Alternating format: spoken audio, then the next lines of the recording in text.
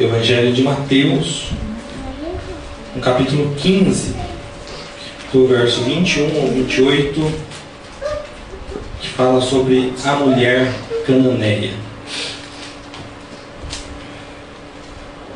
O texto diz: E partindo Jesus dali, foi para as partes de Tiro e de Sidom. E eis que uma mulher cananeia, que saíra daquelas cercanias, clamou dizendo: Senhor, filho de Davi, tem misericórdia de mim, que a minha filha está miseravelmente endemoniada. Mas ele não lhe respondeu palavra. E os seus discípulos, chegando ao pé dele, rogaram, dizendo: Despede quem vem gritando atrás de nós. E ele, respondendo, disse: Eu não fui enviado senão as ovelhas perdidas da casa de Israel. Então chegou ela, adorou, dizendo: Senhor, socorre-me. E ele, porém, respondendo, disse: Não é bom pegar no pão dos filhos e deitar os seus cachorrinhos. E ela disse: Sim, Senhor, mas também os cachorrinhos comem das migalhas que caem da mesa dos seus senhores. Então respondeu Jesus e disse-lhe: Ó mulher, quão grande é a tua fé! Seja isso feito para contigo como tu desejas. E desde aquela hora a sua filha ficou sã. Aleluia, Jesus. Amém. Glória a Deus, Senhor. Pode assentar-se. Aleluia. Glória a Deus. Aqui no texto em questão, nós temos uma situação em que uma mulher cananeia foi em busca do Senhor Jesus, clamando a Ele em alta voz, pedindo a Ele misericórdia a respeito da sua filha que estava endemoniada. E os seus discípulos, vendo aquela mulher gritar, vendo aquelas mulheres clamar, vindo atrás deles, eles queriam desfazer dela logo, como se ela estivesse incomodando. Ô Senhor, despede, manda aquela mulher embora, manda ela embora daqui. E mesmo assim essa mulher insistiu em ir ao encontro do Senhor, clamar a Ele a respeito do seu problema. Então essa mulher chegou, o texto fala que ela adorou e disse ao Senhor: Senhor, socorre-me, socorre-me. Aí Jesus fala aquela frase que é muito conhecida: Não é bom pegar no pão dos filhos e deitá-lo aos cachorrinhos. Aí ela responde: Sim, Senhor, mas também os cachorrinhos comem das migalhas que caem da mesa dos seus senhores. E Jesus admira a fé daquela mulher. Jesus nota a fé daquela mulher e fala para ela: vai, seja conforme você está pedindo. E o texto fala que a sua filha foi curada. O texto está falando a respeito de uma mulher cananeia. Cananeia. Aí mais para baixo a gente vê o Senhor falando a respeito de cachorrinhos. O que será que o Senhor quis dizer quando falou a respeito de cachorrinho? Será que ele estava chamando a mulher de cachorro, de cachorrinho? Por que o Senhor usou essa expressão?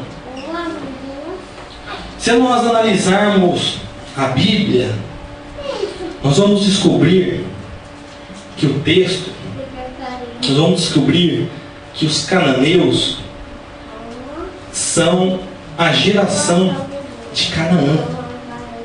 É a geração de Canaã que lá no livro de Gênesis,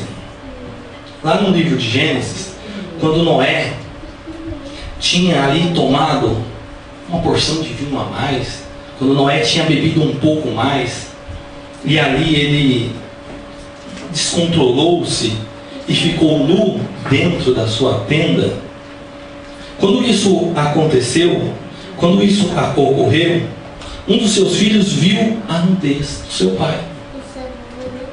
um dos filhos viu a nudez do seu pai e ele amaldiçoou o filho do seu filho, ou seja, ele amaldiçoou o seu neto. E ele falou lá em Gênesis 9, 24, 25: maldito seja Canaã, servos dos servos sejam os seus irmãos. Servos dos servos significa último dos escravos. Então Noé amaldiçoou Canaã, que era neto dele.